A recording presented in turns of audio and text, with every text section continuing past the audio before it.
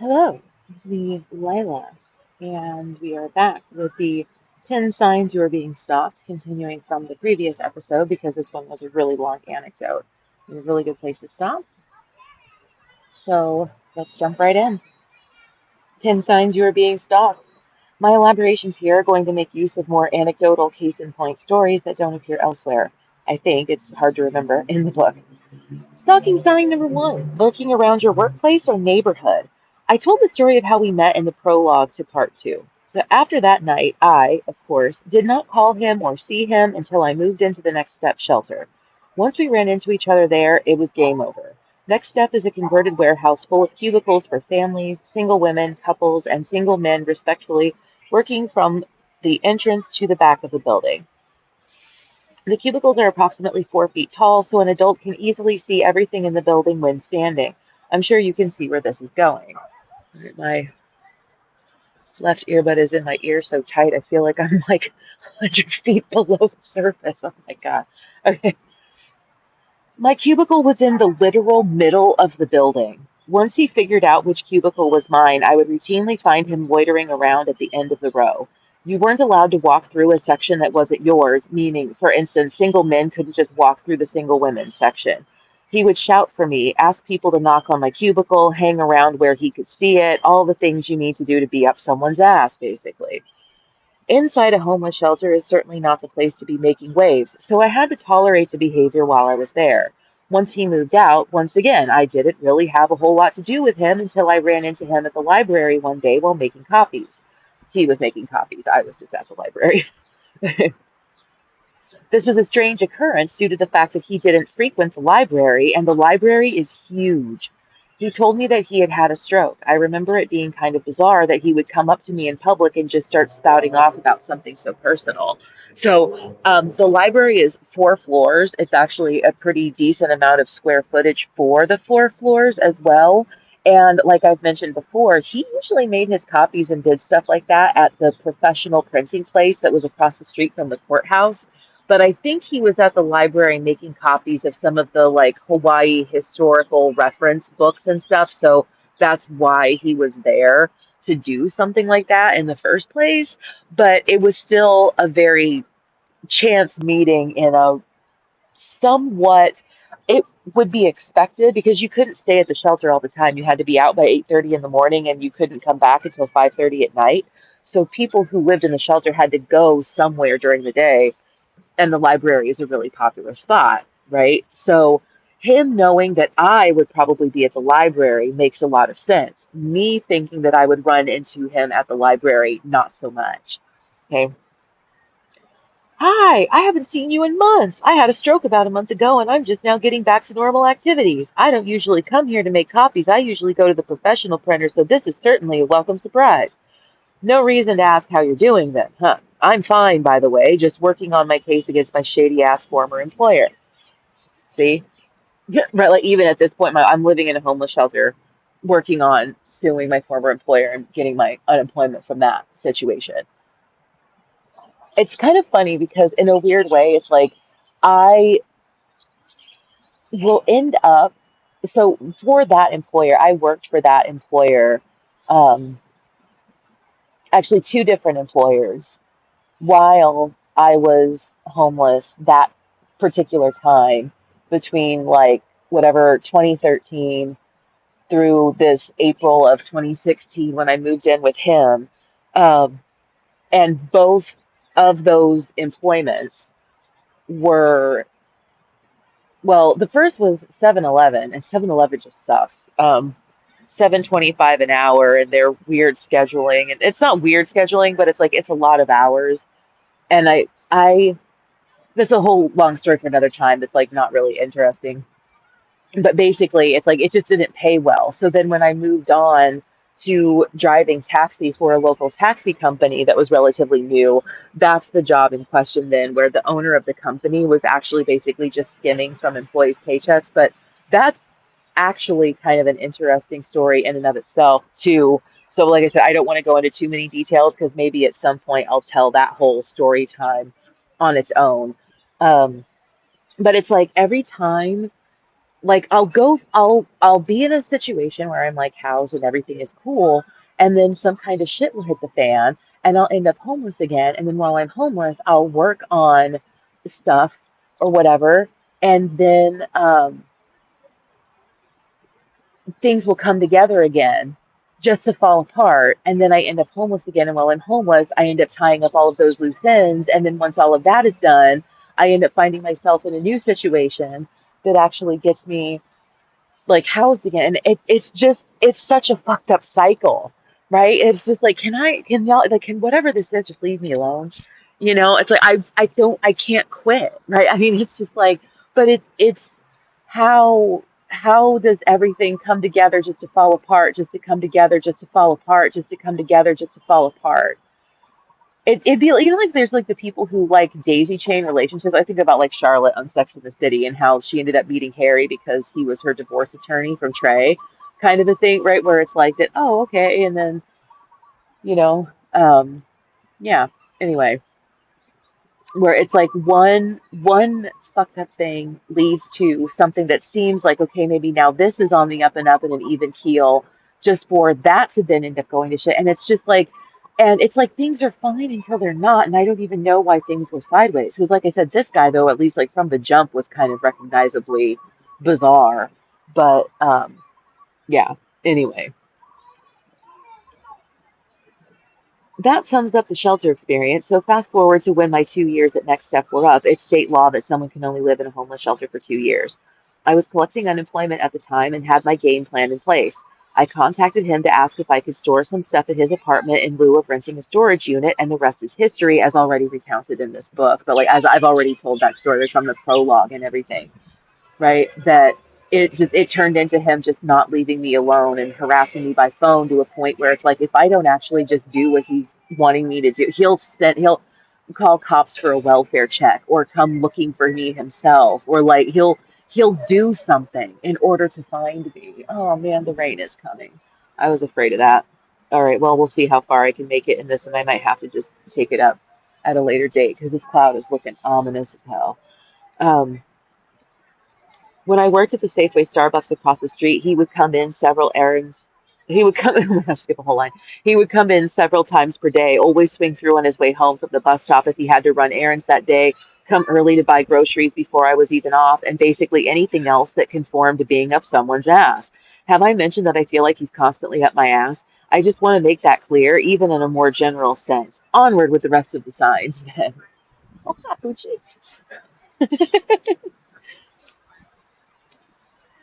Stalking sign number two, watching you. I have a tendency to kick things out of bed. Pillows, blanket, you name it. If it's extra, it's gonna wind up on the floor. This seems to terrify him. What does this have to do with watching me? Some of the most alarming and irritating incidents ever. The worst is that he, whether he knows it or not, disturbs my sleep by slamming the item back into bed, usually on my feet. I don't understand why he doesn't just put the pillow on my desk or, heaven forbid, just leave the fucking thing on the floor I clean on a regular basis. It's going to be okay. But he will also beat the perceived dust off as though it just fell down a dusty staircase so loudly that I will awaken to the sound of boom, boom, boom as he is spanking the ever living shit out of my pillow. Like we're talking in the middle of the night. Like it's 2 a.m. and this motherfucker somehow knows in the dark with his one eye of glaucoma and half asleep and shit that one of my pillows is now on the floor and he'll come over and pick it up and beat the shit out of it and then like whip slam it back onto the bed. I mean, some of this it started to feel and it's like I know that like he just it's almost this is actually kind of a funny story. It's embarrassing for the people that it's about, but it's one of those Reddit prompt stories kind of thing. So I'll just go ahead and tell it because it's kind of funny. Um, the question was like children or like people who are closely associated with people who are deaf.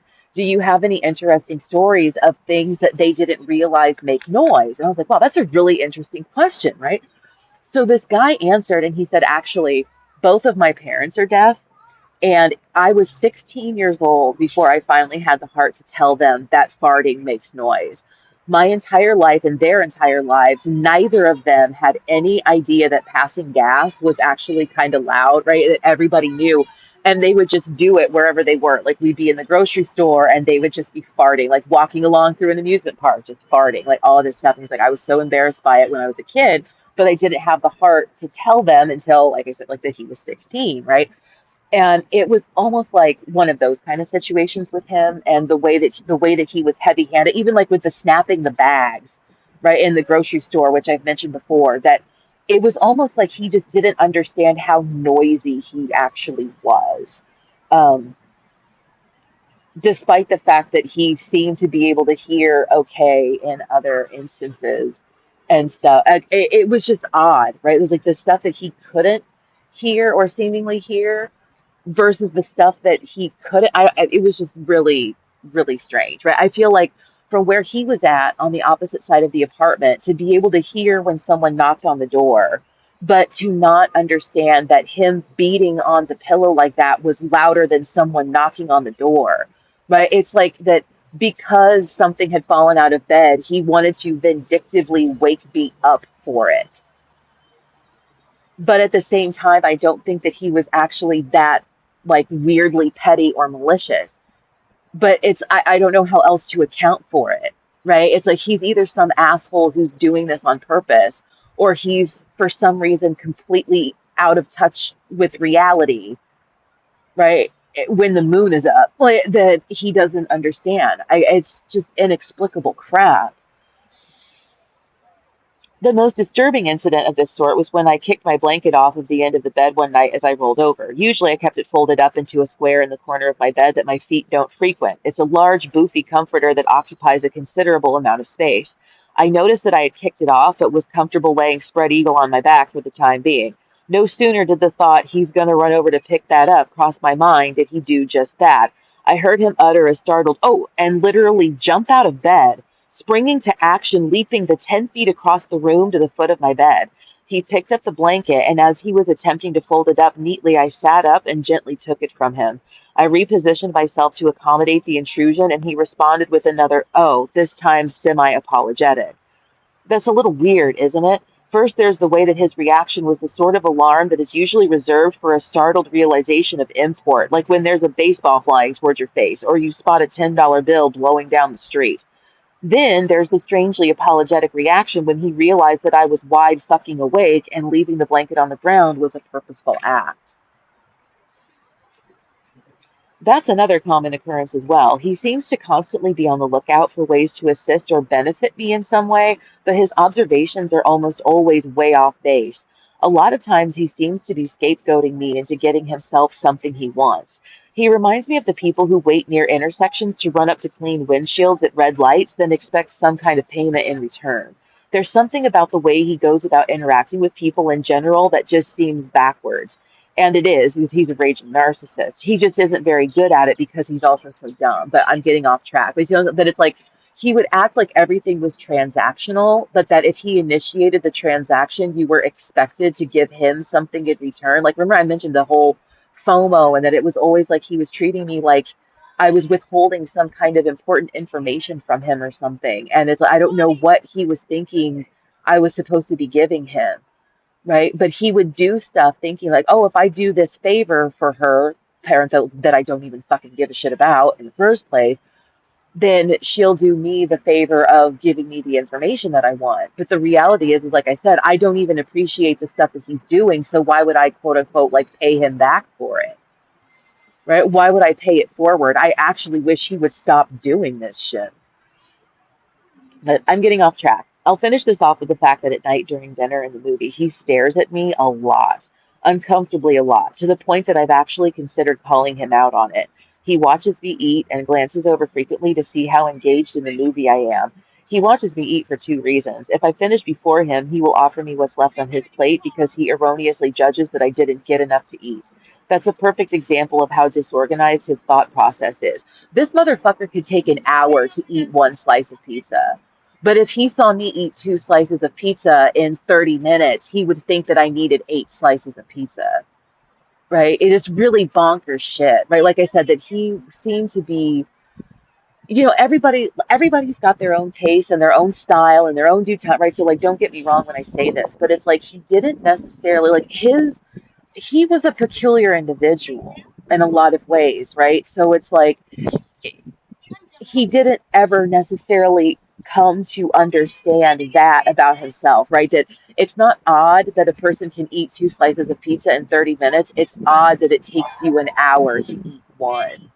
And so while you're sitting there taking your sweet time to eat, um, it doesn't mean that I'm wolfing down my food, right? It's all relative. There's a thing too, like how he couldn't tolerate any spicy food. And I know I've mentioned that before, but I don't think I've mentioned how, like, he would ask me if something that we were going to eat or make or something like that was spicy. And I finally had to explain to him, like, just relatively speaking, that because I enjoy spicy food and eat it a lot, like what I would judge as being spicy is going to be way spicier like than he's ever going to want to eat.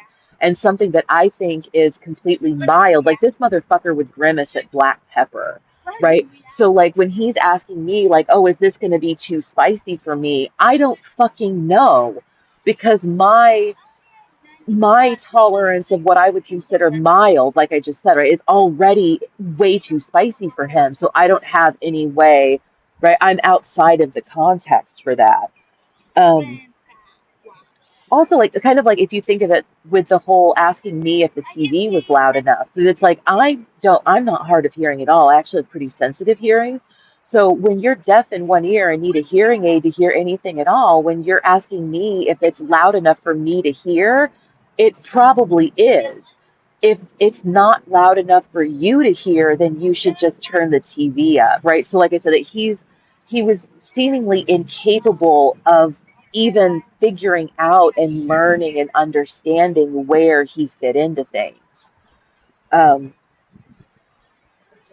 and just because it fits with the theme, and I've kind of mentioned this before, I think like if the conspiracy theory angle of this is correct, I think a lot of people have made the mistake of believing that I know what's going on and they can't figure out why I either A, can't figure out where I fit into the grand scheme of things, or B, like why I'm not appropriately participating instead of ever figuring out that I don't have a goddamn clue what's going on. Right? They just keep thinking that I'm some stupid bitch or that I think that I am somebody that I'm not or something. I'm like, and I don't even know what they're talking about.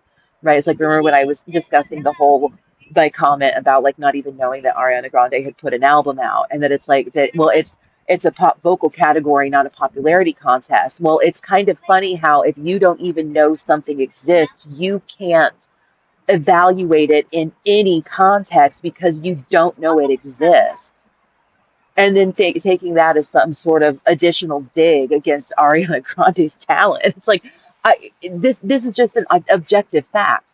You can't make a judgment about something you don't know even exists, right? If I don't know that I've been cast in your little play, of course I don't know what role I'm playing. I don't even know the play exists, right? If you want me to recite my lines, I've never been given a script, so I don't know what in the fuck you're talking about. I don't know why it would be the case that so many people can't figure out that I don't have a clue what's going on. I'm not stupid. I'm not a bitch. I'm not ridiculous, right? So it's almost like the flip side of this, where it's like Mel's behavior was like a mirror to this because he has the same problem, but in the different way. So, like, from my perspective, his behavior seems to surely add up to the fact that he thinks he's involved in something and I just don't know what it is, right? He's either a member of Fight Club or he knows Fight Club exists and wishes I'd invite him to it. And for some reason, he can't figure out that I've never even heard of it. But because of the way that he's acting, I could tell that there's something he's wanting me to invite him to. And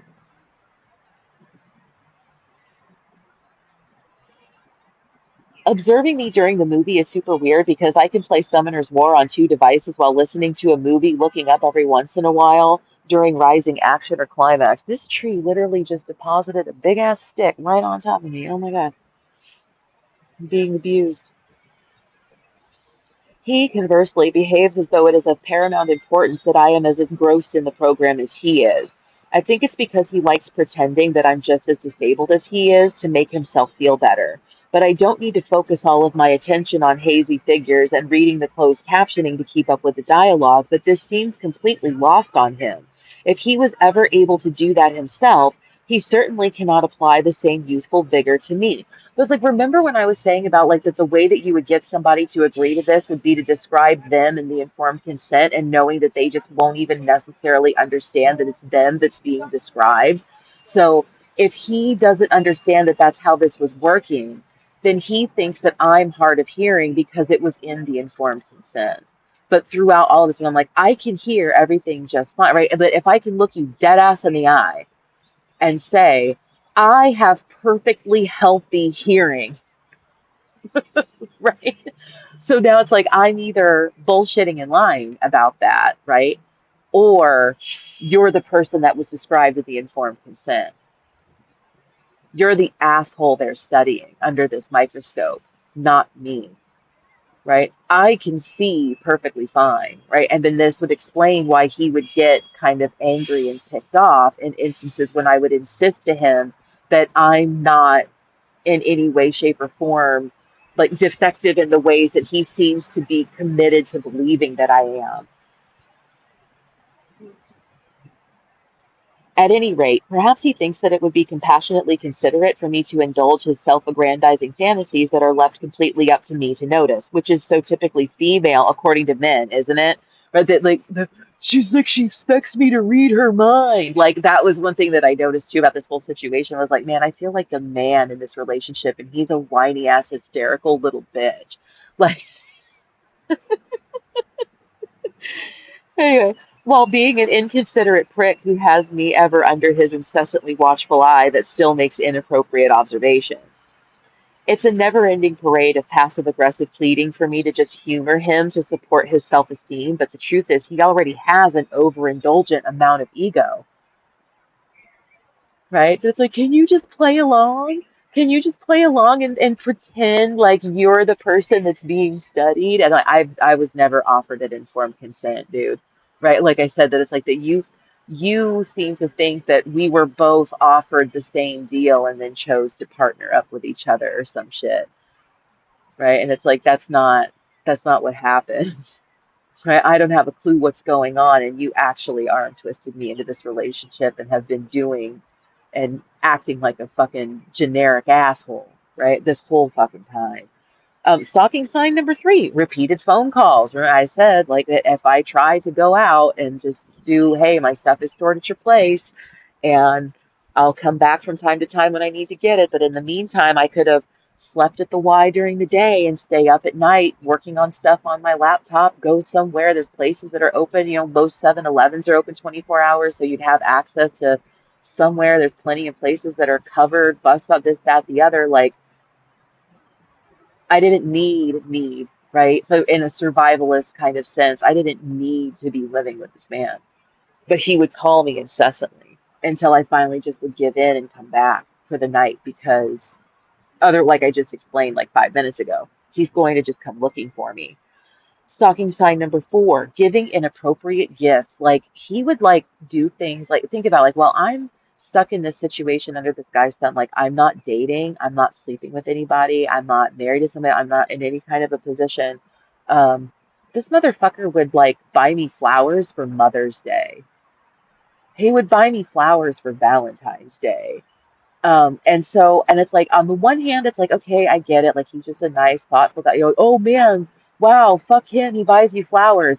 He's buying me flowers for holidays that I'm actually finding offensive because he's holding me hostage in a situation where I cannot be romantically involved with somebody to be celebrating Valentine's Day or becoming a mother. It was actually really hurtful and offensive. But like I said, like, how are you going to tell somebody like fuck off with the wait quit buying me flowers on these holidays, right? It was just actually really fucking really offensive and irritating.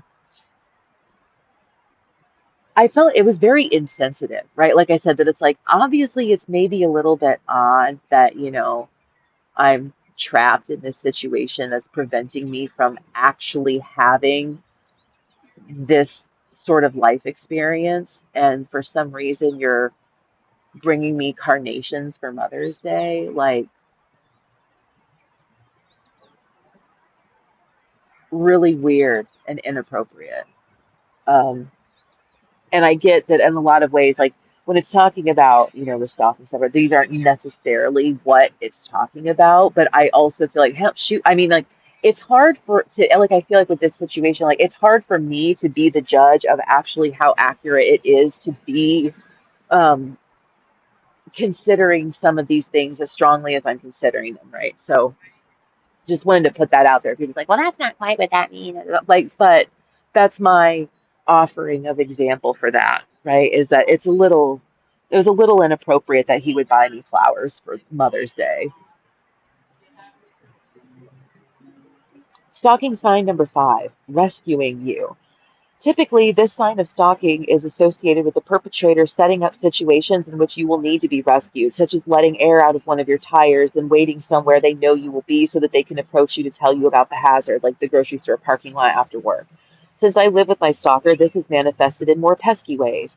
His behaviors mirror white knight syndrome with one important difference. They are detrimental to me, the person whom he perceives as himself as rescuing. So one thing I thought was like, he would think that he was keeping me safe from some like unseen or unknown potential perp while not realizing like you are that perp, dude.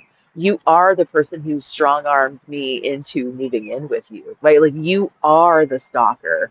You are the person that thought he had to help me cross the street every day. You are the person who goes with me all the way to the bus stop. You are the person that insists on coming downstairs to wait for the cab or an Uber with me, right? You are the person that acts like you're attached to me, right? You are the weird ass perp.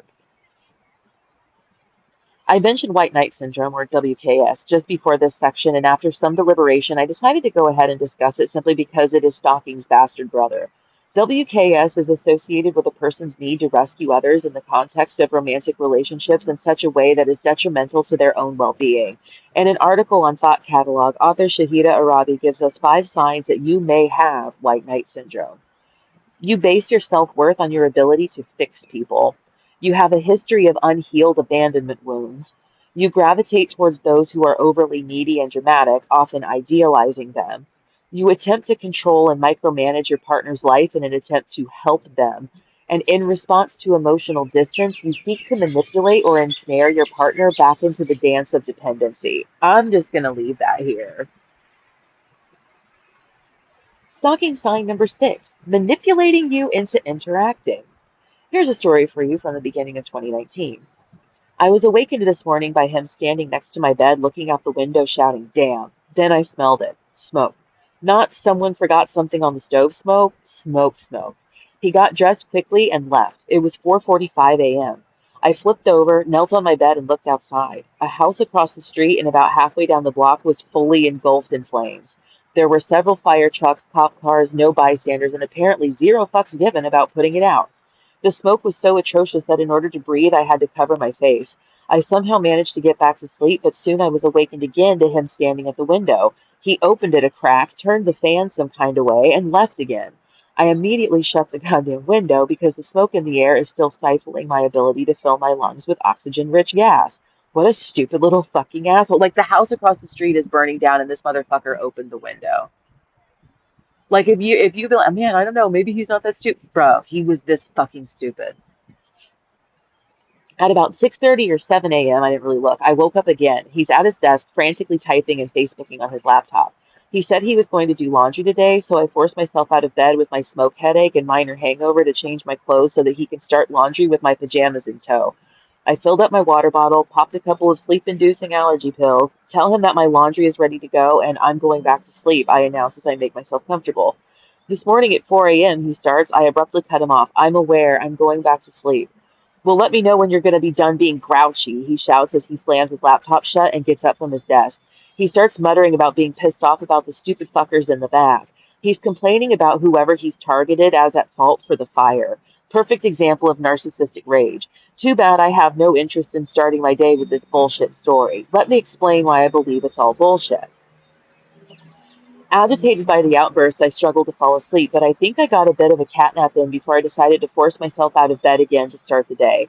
It was 8 a.m., typical up and at 'em time. While I was in the bathroom getting dressed, I heard him return. Harumph. Not even willing to just stay down there while he does the laundry. Great. When I come around the corner, I notice the bag of donuts sitting on my tray table. Perfect example of abuse and gift. Fuck up and make up for it. He was seated at his desk again, eating his donut while dinking around on Facebook again. As I folded my blanket, I asked him to tell his story. So allegedly, at 4 a.m., he woke up smelling smoke, so he called 911. He told the operator that there was a house on Matlock Street on fire. As he told it, the operator acted very confused. She asked several questions about the address. Are there any people in the house and the like, in attempt to nail down the severity and location. I laugh along, yeah, ha ha ha, stupid broad, there's a house on fire and you're asking me a bunch of silly questions. So let me break this down for you.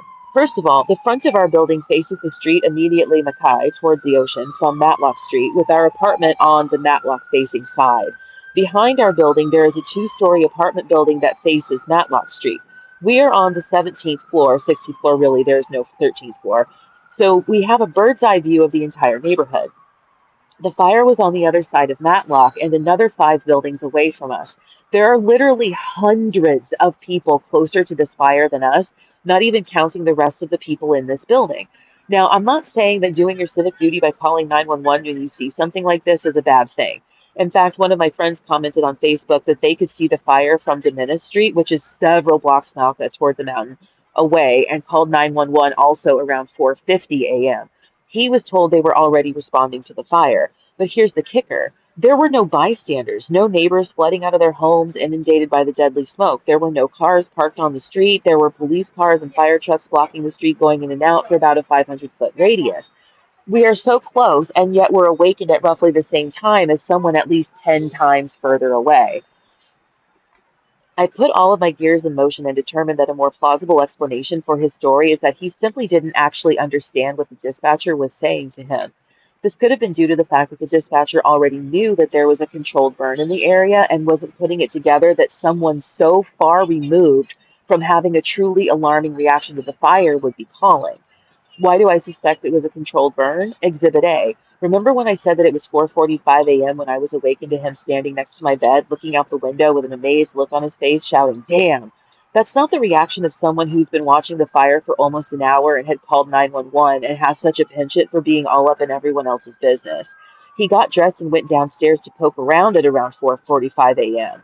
I wasn't awakened by an alarm, the smell of smoke, or the sound of him shouting at a 911 dispatcher on the phone. I was awakened by him being a foot away from my face when he yelled, "Damn." I was awakened once again to his crotch in my face as he peers out the window in the middle of the night, because would do this a lot, just weirdly.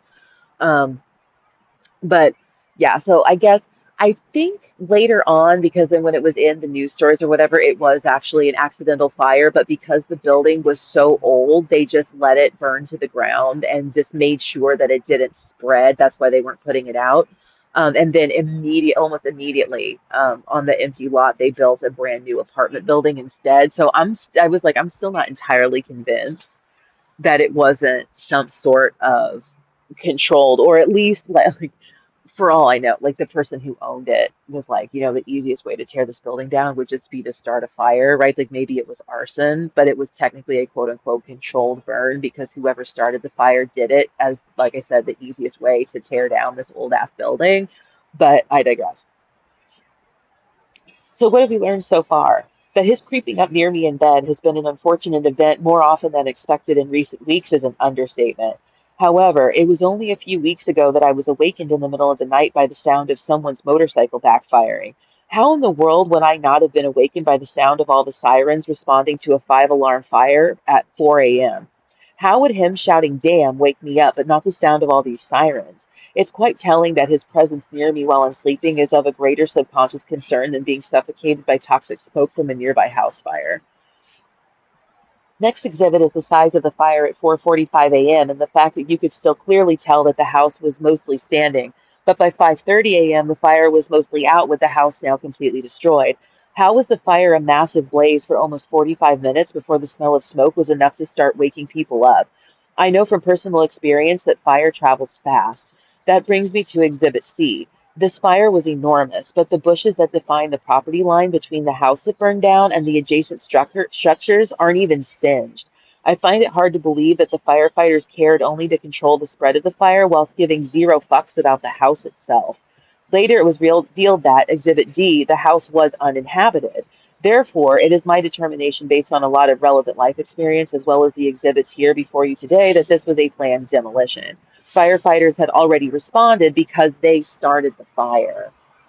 So, like I said, I feel like that still kind of remains a possibility in this instance, even though they tried to say that it wasn't. But it could have been that maybe what happened was is because they neglected to kind of like announce that like, hey, we're going to do this thing. I don't know why you would do that in the middle of a downtown area. Like, I don't know. But I'm just saying, there was something peculiar about that whole incident, and it's I still like because I remember it vividly. Um, it still seems a little bit fishy to me, um, what all that was, but whatever. It is what it is. The best rebuttal to my argument that I've received is that a planned demolition of this sort would not have been carried out at 4:30 in the morning. The house, however, is right next to the freeway. There's literally an on-ramp right behind the house, so it stands to reason that they needed to get it out of the way before traffic picked up. Also, for those that are balking at the idea of burning a house to the ground in order to destroy it, like me, there are several reasons why this is done. If the house is infested with a pest such as termites or mice that would threaten the adjacent properties if disturbed, or toxic mold that would be cast off into the atmosphere as the house was being torn down. Same goes for everybody's friend asbestos, any of which would have contributed to the fact that the house was uninhabited in the first place, and the house would likely be destroyed in this way. I could be wrong about it being a controlled demolition, sure. I'm certainly being a bit of an asshole arguing that proximity to the fire should affect one's willingness to call authorities, though I don't think it's too far-fetched for a dispatcher to assume that someone calling about a house fire is likely inside said house, or at least a neighbor. But I'm fairly certain that I'm absolutely correct when I say that his version of events is complete, utter bullshit, including but not limited to thinking the dispatcher is a stupid bitch for assuming he would actually know something about the situation before shoving his nose in it. I checked his phone later. No call to 911, and I'm not at all surprised. It's alarming that someone would get so butthurt over not being able to tell me a pathological lie right away. Hell, I gave him time to be even more creative, so remember when he barked at me and to let me know when you're done being grouchy.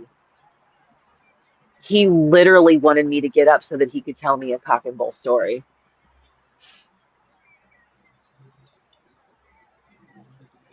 Stalking sign number 7, using the internet to follow you. See Anecdote 10, research. In short, I think he was catfished into this by someone pretending to be me. I think that anecdote is gone. That one went by the wayside. It's a long, complicated explanation that will probably make me sound crazy as fuck, but it's the culmination of this entire work that will bring everything full circle. See also stalking sign number 9 for a taste of the evidence. So that's basically just the conspiracy theory, right? That whoever, right? So this would be displacing the stalking behavior from him and placing it on the powers that be, right? Whoever was actually bringing this to life is the person who's stalking me, and he's just their little minion puppet golem motherfucker. Stalking sign number 8, isolating you. This heading is mysteriously missing in the article, so I had to make it up myself, but it's pretty straightforward. It's like somewhere along the way someone accidentally deleted it in the HTML, TML coding or some shit. Like it's just gone. Um, the fact that this situation is observably, intuitively, and obviously not ideal for me is evidence that something is seriously wrong. The simple answers to why I would want to move out are privacy, freedom to come and go as I please, ability to have sex, and maintaining a normal quality of existence that includes a social life. Let me qualify that last one. A social life with people that I can tolerate without expending effort. If only there were Oscar awards for life. Stalking sign number 9, acting violently or threatening you. I know that this is the my dog went missing, now his head is in my mailbox criteria, which is serious, disturbing behavior that is physically abusive, scary, and not something to be taken lightly at all. Luckily, he's not physically violent, but he is passive aggressive, easily angered, and heavy handed. He pounds on his keyboard to type exclamation points when angry, or even the enter key if he feels like his laptop is taking too long to reboot. He believes weirdly delusional things, like when his Facebook is glitching, he asks me if I'm doing something on my computer to fuck with his posts. I'm not kidding. I wish I was, but I'm not. Shit, I forgot about that. Like, are you doing something over there with the internet? Because I can't get my stuff to post on Facebook. Like, what? Delusional paranoia or just plain internet ignorance aside, he does have argumentative tendencies. He does the classic getting too aggressive when frustrated, then offering gifts of money or other treats to make up for it. To him, this relationship seems to be one in which he's not necessarily bound to a particular code of conduct, such as his aggression and irritation is a natural part of aging to be ignored and forgotten as quickly as it came and went. He reminds me of my dad, sort of a they have to forgive me, therefore I can do or say anything I want while pulling the I'm not yelling at you card because something isn't going their way. If I'm grouchy, it's because you're an asshole. Me, all too often. Right? How the fuck are you gonna sit there and try to tell me that I need to stop being grouchy? And it wasn't the first, this happened like multiple times. That was his favorite freaking word to describe people when they were in a mood or whatever, like what he would perceive as someone being in a mood. That's the other thing to keep in mind. Right. And it's like it's not grouchy that it's 4:30 in the morning and you're itching to wake me up to tell me some fucking lie about calling 911 about the house fire 3 blocks away. Like, fuck you, dude. That's not being grouchy. That's you fucking deserve every piece of ire and vitriol you get handed to you. Stalking sign number 10, too much unwanted contact. Okay, oh yeah, that's right, because I never did actually officially finish writing this one. So this grew and coming over because he wants to make the thing go all the way down, and I had to exasperatedly say that I did already, to which he replied in a semi-baby voice, "Oh, you did already, cool, like jackass, get the fuck off my roll." That things, so this is referring, it had something to do with screwing something back together, and he had come up with a variety of different screws and bolts that didn't necessarily match up just right, but I found two that worked, and I'd already fixed the thing, but then he was still just bringing me stuff to fix it with, and I'm like, dude, I did it already, like, leave me alone, right? um Oh, okay, wait, here we go. He brought one bolt with a washer and two nuts. The bolt is gold, one of the nuts is gold, and he puts them down next to me and says something about trying to fit them together. So I screwed the gold nut into the gold bolt. Boom, tight fit, set them down. He just walked over to my desk, picked up the gold bolt and the silver nut. I asked what he was doing. He said he was going to try to fit them together, and I said, I did already. He gets all high pitched, and after inspecting it, he goes, oh, you did already. How cool. And then puts them back down and just walks off. He tries too goddamn hard, like I'm being raped with his stupid. Yeah, so it just yeah. Anyway, I feel like I'm being psychologically raped with his stupidity. I feel anxious all the time because I have to constantly consider when he's going to bug me again. For instance, I know that when he gets back from grocery shopping, anywhere from 15 minutes to over an hour, I am going to be expected to stop what I'm doing to pay attention to him reveal what he picked up on the shopping trip. It is absolutely uncanny how he is able to take advantage of every opportunity to aggravate me in some way. If I make myself lunch and settle in to watch something on a break from writing or whatever else I'm doing, he'll be back in 15 minutes. If I wait 20 minutes before taking a break, he will ultimately be gone over an hour. It never fails and it doesn't stop. Um, good guy, bad guy, cross wires, and why he wants to think I'm the bad guy. So that's just referring to, like I said, with the conspiracy theory thing and the whole informed consent. That it's like he's got it in his head that he's helping, like he's the good guy and I'm the bad guy. He just hasn't quite figured out what makes me the bad guy, and that because he has everything ass backwards. Um, so yeah, and this is like I said, it's like he had this uncanny knack that there was no way of knowing how long he would be gone when he would go to do the grocery shopping, which was basically a daily occurrence, right? But he would always come back whenever I had finally settled in to want to be enjoying him being gone. So if I did it as soon as he left, he'd only be gone 15 minutes. Right? If the second he left, I got up to make myself a sandwich and sit down to like watch a YouTube video or an episode of a TV show or something like that, he'd be back in 15 minutes to interrupt me. Um, if if I didn't and if I waited like to see if he'd be back in 15 to 20 minutes and then got up to do myself a sandwich and sat down, he would come back 45 minutes later. If I right, it never fucking failed. It was like he was watching me to know exactly when to come back to maximize pissing me off. Right, which is where things get weird because if that's the case, right, then whoever was messing with him was really, really messing with him, right? Or like they were using him to aggravate. And I, like I said, I still to this day, I have no idea why though, right? Like it doesn't, but like I said, it's statistically speaking, there's no way that every day he would go to do the grocery shopping, regardless of when I finally decided to get up and make myself lunch and sit back down to try to enjoy it. He would walk in the door the second I took the first bite. It's not possible that he was doing this by chance. Writing this book might be considered heroic to some, especially those who have suffered similar or unfortunately worse abuse. All he needs to do is ground himself in reality in order to get things straight. In other words, he needs to stop. Oh, wow. Okay, that just that was a road to nowhere. But like, he needs to stop assuming that he's just right about whatever's going on and actually start trying to extrapolate real information from the environment, right? So, like when I was saying, if I can look you dead in the eye and tell you, I have perfectly healthy hearing. How many times do I have to do that before you realize I'm not the hard of hearing person from the informed consent form you signed? I'm not the right person, right? You have me assigned to the wrong role in your life story, right? Whatever it is. In conclusion, I think that a good benchmark for whether you're being stalked or not comes down to something like this. Ask yourself if you would find it endearing if the person behaving this way towards you were someone you had a crush on. Or would it be a red flag for you to give up on the Prince Charming idea and head for the hills? Right? It's like after, like, how many times can he show up over at Safeway while I'm at work before it starts to be? Because I've had an ex-boyfriend that was like this. He would call me at my job. I was working in a call center at the time. This is one of those tech support jobs. And at one point, there's so the building had an actual like front desk receptionist.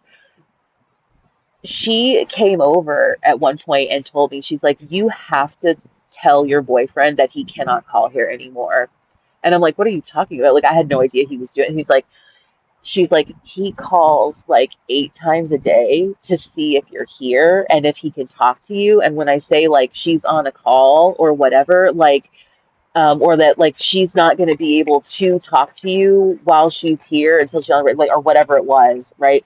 That it's because like every once in a while she would tell like, oh hey, he called, so like give him a call on your break or whatever. But like eventually it got to a point where she had to tell me like, you've got to tell him to stop calling here. So this is also one of those situations where like this wasn't even my first rodeo. Bruh, okay, this group of like 3 dudes just ran by, like super fit, dude, but one of them is definitely wearing grandma perfume. Like, and it's lingering. Either that or it was the woman that, well, she was so far away though.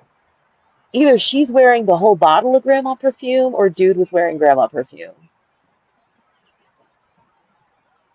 Weird.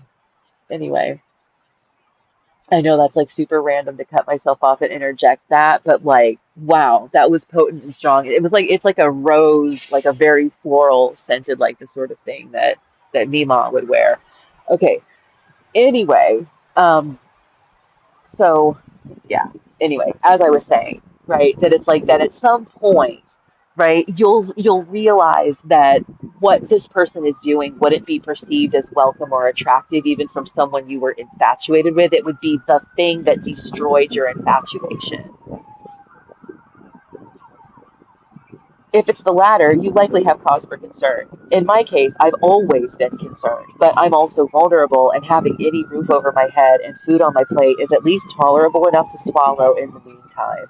Um, at this point, though, because after I got out of there and there was the whole second that I'll get into the details of later, at one point he said that it's like, if you ever need a place to stay again, like my door is always open. And I always like, since things ended up hitting the fan again, I'm like, this motherfucker knew. He knew that before whatever the hell all of this is was over, that I was going to end up homeless again. He knew. I remember when I first read him say that, because when you hear like how I left in the whole situation, I can't imagine why somebody would say something like, right, to just be like, it's like, I'll always love you. You could never hurt me so much. I'm not distraught. You know, Um, when he said that, it worried me, right? It made me anxious to see that he would say that. If you ever need help again, like my door is always open, I'm always here. It's just creepy, right? And so, like I said, it's like if the powers that be were telling him what to do and puppet mastering him and this, that, and the other, right? Or whatever he's still thinking that it would benefit him to be the person who had me on a leash, right? That,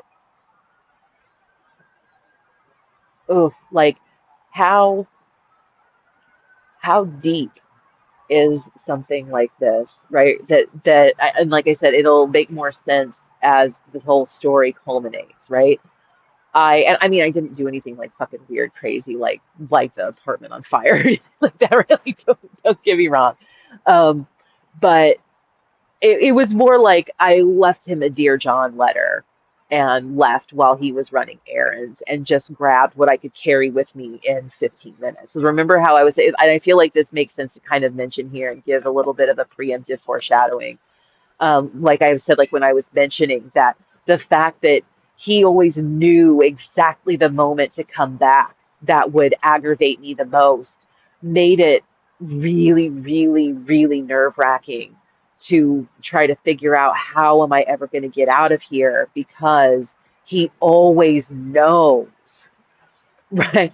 Right? It's like he has this uncanny ability to just pop back in at the most inopportune moment. So when I was making my great escape, I was just real like heart pounding, like let's get out of here, like because and I want him to come home and I'm gone and there's just a letter on his desk.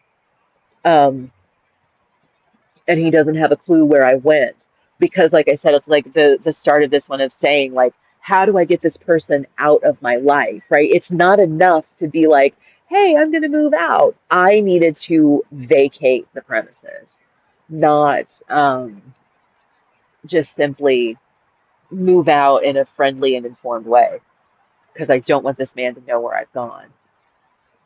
The other thing that was weird, so speaking of that, that when he said if you ever find yourself needing a place again or whatever, like my door is always open. That's somebody who's sure I'm still here. Because I could have just as easily have only packed what I could take on an airplane and moved home to the mainland. How does he know that finally my parents were like, bro, okay, fine, cut bait, get the fuck out of there. Um, you know, Cash, like you tried, you've been there for a long time. This shit, like, dude, sounds creepy as hell. You know what? Just get on the next plane to Denver, right? You know what I'm saying? Right? Get out of there. And I wasn't even here anymore, right? So to be, hey, if you ever need a place to stay again. Now, I get that it's like, well, that's just kind of a vague offer, right? But I feel like there's room to maneuver, especially like given like knowing him as well as I know him and the whole situation. You might just have to take it on faith that when I say it makes sense to assume that for some reason he knew that I hadn't actually left the island, makes perfect sense.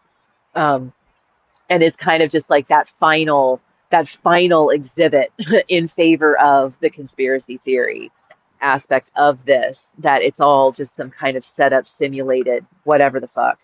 Um, because it just really seems like he was actually privy to more than he like could have, would have, should have been in a normal course of things. So on that note, um, take note of all the footnotes, which for a lot of it is just links. And like at this point, like who knows if any of these links even work to go to any of these reference sources or whatever, but they probably do, but still, just saying. If they don't work, sorry. Whatever. So with all that being said, this extra long edition is coming to a close, and I will see you in the next one. Bye.